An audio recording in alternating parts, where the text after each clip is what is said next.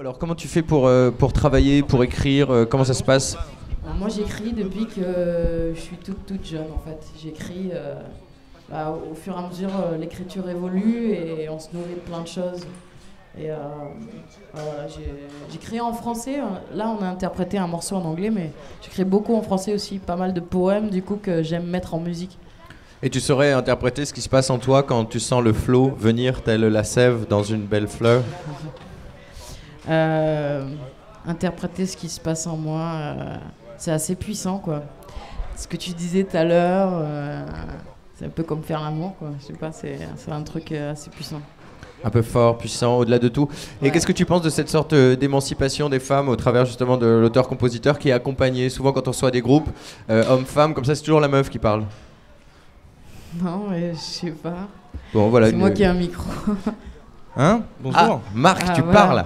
Il Oui, parle. c'était pas Alors, prévu, Marc, mais là, tu me cherches un peu. Alors, Ça va? Ça va? Super. Ouais. C'est quoi l'histoire de votre rencontre?